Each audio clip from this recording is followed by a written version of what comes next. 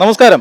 കേരളം തെരഞ്ഞെടുപ്പ് ചൂടിലാണ്. നമ്മളിപ്പോഴുള്ളത് അരുവിക്കര നിയോജക മണ്ഡലത്തിലാണ്. തിരുവനന്തപുരം ജില്ലയിലെ മറ്റ് മണ്ഡലങ്ങളെ പോലെ തന്നെ വലിയ ശക്തമായ ത്രികോണ മത്സരം നടക്കുന്ന മണ്ഡലമാണ് അരുവിക്കര. BJPയും LDFും UDFും NDAയും എല്ലാം വലിയ രീതിയിൽ പ്രകടനം കാഴ്ചവെക്കുന്ന അല്ലെങ്കിൽ തെരഞ്ഞെടുപ്പ് പ്രചരണത്തിൽ ഇഞ്ചോടിഞ്ച് പോരാട്ടം നടത്തുന്ന മണ്ഡലം കൂടിയാണ് അരുവിക്കര.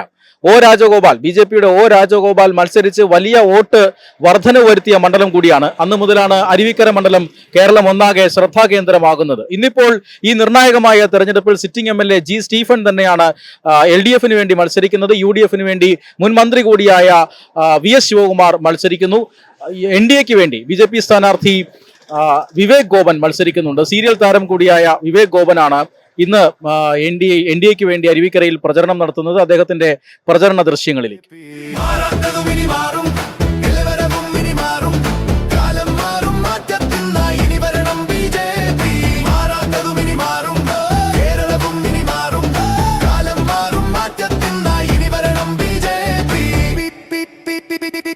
ടെക്നോളജിയിൽ മുന്നേറിയിടാൻ എല്ലാ പേർക്കും തൊഴിലുകൾ നേടാൻ നാട്ടിൽ വീട്ടിൽ ക്ഷേമം നിറയാൻ ഇനി വരണം BJP. തീവ്രവാദമില്ലാതാക്കാൻ രാജ്യസുരക്ഷയുറപ്പുവരുത്താൻ സ്വത്തും ജീവനും സംരക്ഷിക്കാൻ ഇനി വരണം BJP. ഇടതും വലതും മാറി ഭരിച്ചു ഇത്രത്തോളം നാട് മുറിച്ചു കേരള നാടിനെ രക്ഷിക്കാനായി ഇനി വരണം BJP. വിവേക് ജി, എങ്ങനെയുണ്ട് അരുവിക്കര? എങ്ങനെയുണ്ട് അരുവിക്കര? വളരെ ഗംഭീരമായിട്ടുള്ള ഒരു മണ്ഡലമാണ്. ഒത്തിരി അനന്തമായിട്ടുള്ള സാധ്യതകൾ നിലനിൽക്കുന്ന, ടൂറിസം മേഖലയിൽ തന്നെ ഒത്തിരി സാധ്യതകൾ നിലനിൽക്കുന്ന മണ്ഡലമാണ്. ഒത്തിരി തൊഴിലവസരങ്ങൾ സാധ്യതയാവുന്ന ഒരു മണ്ഡലമാണ്. പക്ഷേ ഇപ്പോഴും ഈ പറഞ്ഞ പോലെ നാടിൻ്റെ അവസ്ഥ എന്ന് പറയുന്നത് വളരെ ശോചനീയമായിട്ടുള്ള അവസ്ഥയിലാണ്. അതായത് നമ്മളെ തിരുവനന്തപുരം സിറ്റിയോട് ചേർന്ന് കിടക്കുന്ന ഒരു മണ്ഡലം എന്നുള്ള നിലയിൽ ഇവിടെ ഇപ്പം സിറ്റിംഗ് ആയിട്ടുള്ള MLA കാര്യക്ഷമമായിട്ടുള്ള ഒരു MLA അല്ല എന്നുള്ളത് നമ്മളെ നാടിൻ്റെ ഈ അവസ്ഥ കാണുമ്പോഴത്തേക്കും നമുക്ക് മനസ്സിലാവുന്നുണ്ട്. എന്തുമാത്രം പദ്ധതികൾ നടപ്പിലാക്കാൻ സാധ്യതയുള്ള ഒരു മണ്ഡലമാണ്. അത് നശിച്ചു പോയിക്കൊണ്ടിരിക്കുന്ന ഒരു രീതിയിലേക്കാണ് പോയിക്കൊണ്ടിരിക്കുന്നത്. അപ്പോൾ തീർച്ചയായിട്ടും ഈ വളരെ മനോഹരമായിട്ടുള്ള ഈ ഒരു മണ്ഡലത്തിൽ എല്ലാ രീതിയിലുള്ള പശ്ചാത്തലമുള്ള ഒരു മണ്ഡലമാണ്. അപ്പോൾ തീർച്ചയായിട്ടും അതിലൊരു സമഗ്ര വികസനം കൊണ്ടുവരാനായിട്ട് ജനങ്ങൾ ഇത്തവണത്തെ തെരഞ്ഞെടുപ്പിൽ തീരുമാനിക്കും എന്നുള്ളതാണ് എനിക്ക് പറയാനുള്ളത്. ഈ പ്രചരണം ഇത്രയും ദിവസം കടന്നിരിക്കുന്നു. താങ്കളെ എങ്ങനെയാണ് ജനങ്ങൾ സ്വീകരിക്കുന്നത്? ഒരു സെലിബ്രിറ്റി എന്ന നിലയിലാണോ, അതോ ഈ മണ്ഡലത്തിൽ തന്നെയുള്ള ഒരാളെന്ന നിലയിലാണോ? ഒരു സെലിബ്രിറ്റി എന്നുള്ള നിലയിൽ ആൾക്കാർക്ക് എൻ്റെ മുഖം സുപരിചിതമാണ്. പക്ഷേ അതിനേക്കാൾ ഉപരി നമ്മൾ മത്സരിക്കുന്ന പാർട്ടി എന്ന് പറയുന്നത് ഭാരതീയ ജനതാ പാർട്ടിയാണ്. അതൊരു പ്രധാന ഘടകം തന്നെയാണ്. നമ്മൾ ഒരു സുപരിചിത മുഖം കണ്ടതുകൊണ്ടായില്ല, നമ്മൾ മത്സരിക്കുന്ന പാർട്ടിയുടെ ഒരു ഘടകവും കൂടെ നോക്കും. കാരണം നമ്മൾ ഇന്നിപ്പോൾ കേരള സംസ്ഥാനം വിട്ട് കഴിഞ്ഞാൽ മറ്റെല്ലാ സംസ്ഥാനങ്ങളിലും ഈ വികസനം കൊണ്ടുവന്നിട്ടുള്ള ഒരൊറ്റ പാർട്ടി എന്നുണ്ടെങ്കിൽ അത് ഭാരതീയ ജനതാ പാർട്ടി തന്നെയാണ്. അതുമാത്രമല്ല, ഏതൊരു പൗരനും ഒരുപാട് പദ്ധതികളുണ്ട്. അപ്പം അതിൽ ഏത് പദ്ധതി വേണോ ഏതൊരു പൗരനും ഉപഭോക്താവ് ആവാം എന്നുള്ള രീതിയിലേക്കുള്ള പല പദ്ധതികളാണ് നമ്മുടെ പാർട്ടി കൊണ്ടുവന്നിട്ടുള്ളത്. അപ്പോൾ തീർച്ചയായിട്ടും ഞാൻ ഈ നിയമസഭയിൽ എത്തുകയാണെന്നുണ്ടെങ്കിൽ തീർച്ചയായിട്ടും നമ്മുടെ ഈ നാട്ടിലുള്ള സകല ജനങ്ങളിലും, ഈ പറഞ്ഞ സാധാരണക്കാരായ ജനങ്ങൾ മുതൽ സകലരും നരേന്ദ്രമോദി സർക്കാരിൻ്റെ ഏതെങ്കിലും ഒരു പദ്ധതികളിൽ ഉപഭോക്താക്കളാക്കും എന്നുള്ളത് നിസ്സംശയം പറയാം. ഈ തിരുവനന്തപുരം ജില്ലയിലെ മണ്ഡലങ്ങൾ, പ്രത്യേകിച്ചും കേരളം മുഴുവൻ ഉറ്റുനോക്കുകയാണ്. ക്ലാസ് മണ്ഡലങ്ങൾ ഏറെയുള്ള ജില്ലയാണ്. മാത്രമല്ല, ഒരു ബൈ ഇലക്ഷനിൽ BJP ഒരു വലിയ മുന്നേറ്റം സൃഷ്ടിച്ച ഒരു ചരിത്രവും ഈ മണ്ഡലത്തിലുണ്ട്. അത് എങ്ങനെയാണ് BJP കണക്കുകളിലൂടെ വിലയിരുത്തുന്ന? BJPയുടെ ഒരു തന്ത്രം എങ്ങനെയാണ്? നമുക്ക് കഴിഞ്ഞ രാജഗോപാലേട്ടൻ മത്സരിച്ച സമയത്ത് ഒരു പ്രകമ്പനം സൃഷ്ടിച്ച ഒരു മണ്ഡലവും കൂടിയാണ് ബൈ ഇലക്ഷനിൽ. അപ്പോൾ തീർച്ചയായിട്ടും അതിനേക്കാളും നല്ലൊരു പ്രഭാവത്തിലേക്ക്, കാരണം നമ്മളിപ്പോൾ കഴിഞ്ഞ ഈ തദ്ദേശ സ്വയംഭരണ തെരഞ്ഞെടുപ്പിൽ തന്നെ നമുക്ക് നമ്മുടെ ഭാരതീയ ജനതാ പാർട്ടിയുടെ മുന്നേറ്റം പല പഞ്ചായത്തുകളിലും ബ്ലോക്കുകളിലും ഒക്കെ നമുക്ക് മനസ്സിലായിട്ടുള്ളതാണ്. അപ്പോൾ തീർച്ചയായിട്ടും അതിൻ്റെ ആ ഒരു അലയടിപ്പ് നമുക്ക് ഈ വരുന്ന നിയമസഭാ തെരഞ്ഞെടുപ്പിലും സാധ്യമാവും എന്നുള്ള രീതിയിലാണ്. അപ്പം അന്ന് നമ്മളെ ബൈ ഇലക്ഷൻ സൃഷ്ടിച്ചതിനേക്കാളും കൂടുതൽ രീതിയിലുള്ള ഒരു എന്താ പറയുക, ഒരു ത്രികോണ മത്സരത്തിലേക്ക് കടക്കുന്ന ഒരു സാഹചര്യത്തിലേക്ക് എത്തും എന്നുള്ള നിസ്സംശയം പറയാം. ഈ പ്രധാനമന്ത്രിയുടെ വരവ് ഇന്നലെ അദ്ദേഹം തിരുവനന്തപുരത്തെ ഇളക്കി മറിച്ചിരുന്നു. അതും ഈ മണ്ഡലത്തെ സ്വാധീനിക്കും അല്ലേ?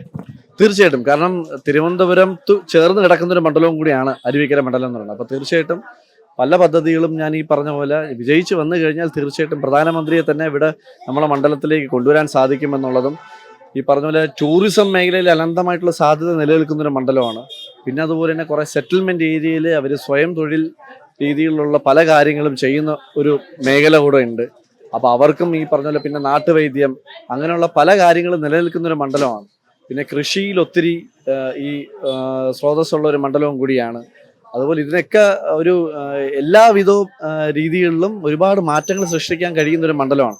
അപ്പോൾ തീർച്ചയായിട്ടും എൻ്റെ ഒരു സ്വപ്നം എന്ന് പറയുന്നത്, ഞാൻ ഇവിടുന്ന് വിജയിച്ച് വന്നു കഴിഞ്ഞാൽ നമ്മുടെ 5 വർഷം അടുത്ത നിയമസഭാ തിരഞ്ഞെടുപ്പിന് തൊട്ട് മുന്നോടിയായിട്ട്, 5 വർഷം പൂർത്തിയാവുന്നതിന് തൊട്ട് മുന്നോടിയായിട്ട് കേരളത്തിലെ പല മണ്ഡലങ്ങളിലും മികച്ച ഒരു മണ്ഡലം അരുവിക്കര മണ്ഡലം ആക്കി തീർക്കുന്ന രീതിയിലേക്കുള്ള എല്ലാ പ്രവർത്തനങ്ങളും അതുപോലെ എല്ലാ പദ്ധതികളും ഒരുപാട് കോടി രൂപകൾ മുതലുള്ള പദ്ധതികൾ നമുക്ക് ആവിഷ്കരിക്കാൻ റെഡിയായിട്ടുള്ളൊരു മണ്ഡലമാണ്.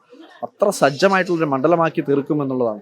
നമുക്കിവിടെ ഒരു നല്ലൊരു പ്രാഥമിക ആരോഗ്യ കേന്ദ്രം പോലും ഇല്ലാത്തൊരവസ്ഥയിലേക്കാണ്. ഞാനൊരു സെറ്റിൽമെൻറ്റ് ഏരിയയിലേക്ക് പോയി, കോട്ടൂർ. അവിടെ പോയപ്പോഴത്തേക്കും അവിടുത്തെ ഒരു വീട്ടിൽ കയറിയപ്പോഴത്തേക്കും അവർ പറഞ്ഞൊരു സംഭവം ഇന്നും എൻ്റെ മനസ്സിൽ ഭയങ്കര തങ്ങി നിൽക്കുന്നുണ്ട്. കാരണം അവിടെ ആ മേഖലയിൽ റോഡെന്ന് പറഞ്ഞൊരു സാധനമില്ല. 4 വീൽ ജീപ്പിലാണ് പോവേണ്ടത്. ബസ്സില്ല. ബസ് റൂട്ട് കുറച്ച് ഭാഗം വരെ ഉള്ളൂ. അത് കഴിഞ്ഞാൽ ബസ് റൂട്ടില്ല. പിള്ളേർക്ക് പഠിക്കാൻ ഒരു നല്ല സ്കൂൾ പോലും ഇല്ലാത്തൊരു മേഖലയാണ്. ഒരു നല്ല പ്രാഥമിക ആരോഗ്യ കേന്ദ്രം ഇല്ല. അവിടെ ഒരു സ്ത്രീ പ്രഗ്നൻ്റ് ആയിട്ട് അവരെ ഡെലിവറി സമയത്ത് കൊണ്ടുപോകുന്ന വഴി അവർ പകുതി വഴിയിൽ നിന്ന് പ്രസവിക്കേണ്ട ഒരു അവസ്ഥ വരെ വന്നു. അപ്പം അത്രയും ബുദ്ധിമുട്ടി നിൽക്കുന്ന നമ്മൾ ഒരു കാര്യം ആലോചിക്കേണ്ടതെന്ന് വെച്ചാൽ, നമ്മൾ തിരുവനന്തപുരം നഗരത്തിനോട് ചേർന്ന് കിടക്കുന്ന ഒരു മണ്ഡലമാണ്. അപ്പം ആ ഒരു മണ്ഡലത്തിലാണ് ഇങ്ങനെയുള്ള സംഭവങ്ങൾ സംഭവിക്കുന്നത് എന്നുള്ളതും കൂടെ നമ്മൾ മനസ്സിലാക്കണം. അപ്പം അത്രമാത്രം മോശപ്പെട്ട അവസ്ഥയിലേക്ക് നമ്മുടെ മണ്ഡലം പൊക്കോണ്ടിരിക്കുകയാണ്. ഇതൊന്നും ഈ ഭരണകൂടത്തിൽ ഇരിക്കുന്ന ആൾക്കാരൊന്നും തിരിഞ്ഞു നോക്കുന്നില്ല എന്നുള്ളതൊരു ഭയങ്കര വാസ്തവമായിട്ടുള്ളൊരു കാര്യമാണ്. അപ്പോൾ അതിനൊക്കെ ഒരു മാറ്റം വരണം. ഞാൻ ഈ പറഞ്ഞ പോലെ അടിസ്ഥാനപരമായിട്ടുള്ള സൗകര്യങ്ങളിൽ നിന്ന് സാധാരണക്കാരൊക്കെ ജനങ്ങൾക്ക് നിന്ന് അവരുടെ നിന്ന് തുടങ്ങണം നമ്മുടെ മാറ്റങ്ങൾ. അപ്പോൾ തീർച്ചയായിട്ടും ഒത്തിരി മാറ്റങ്ങൾ സൃഷ്ടിക്കാൻ സാധ്യതയുള്ള മണ്ഡലമാണ്. ഒത്തിരി സമയമെടുത്ത് നല്ല കാര്യങ്ങൾ ചെയ്യാനുള്ള ഒരു മണ്ഡലം കൂടിയാണ്. അപ്പോൾ തീർച്ചയായിട്ടും ഈ പറഞ്ഞ പോലെ ഒരു ചുരുങ്ങിയ കാലയളവിലല്ല, ഈ പറഞ്ഞ ഒരു 5 വർഷ കാലയളവിൽ കേരളത്തിലെ ഒരു മികച്ച മണ്ഡലമാക്കി തീർക്കും എന്നുള്ളത് നിസ്സംശയം പറയാമെന്നുള്ള രീതിയിൽ തന്നെയാണ് ഞാൻ മുമ്പോട്ട് പോകുന്നത്. മാറാത്തത് അരുവിക്കരയിൽ മാറ്റാനുള്ള ശ്രമത്തിലാണ്. തീർച്ചയായിട്ടും മാറാത്തത് എന്തും മാറ്റാനുള്ള രീതിയിലാണ് നമ്മളെ ഭാരതീയ ജനതാ പാർട്ടി മുന്നോട്ട് ഇറങ്ങിയത്. അപ്പോൾ തീർച്ചയായിട്ടും നല്ല മാറ്റം നമ്മുടെ നാട്ടിലും കൊണ്ടുവരാൻ സാധ്യതയുള്ള ഒരു മണ്ഡലമാണ്. അപ്പോൾ ഞാൻ ഈ പറഞ്ഞ പോലെ വികസനം അരുവിക്കരയിൽ നിന്ന് തുടങ്ങണം എന്നുള്ള രീതിയിലേക്കാണ്. എല്ലാവിധ വിജയാശംസകൾ. HIV അണുബാധ സന്തോഷപൂർണമായ ഒരു ജീവിതത്തിന് തടസ്സമല്ല. HIV അണുബാധയ്ക്ക് ഫലപ്രദമായ ചികിത്സ ഇന്ന് ലഭ്യമാണ്. ഇതിന് യഥാസമയം അണുബാധ കണ്ടെത്തുന്നതും കാലേക്കൂട്ടി ചികിത്സ നടത്തേണ്ടതും അത്യാവശ്യമാണ്. സൗജന്യമായ ചികിത്സയും മാർഗനിർദ്ദേശങ്ങളും സർക്കാർ ആശുപത്രികളിലെ ART അഥവാ ഉഷസ് കേന്ദ്രങ്ങളിൽ ലഭ്യമാണ്. ആരോഗ്യ സംരക്ഷണം ഓരോരുത്തരുടെയും ഉത്തരവാദിത്തമാണ്.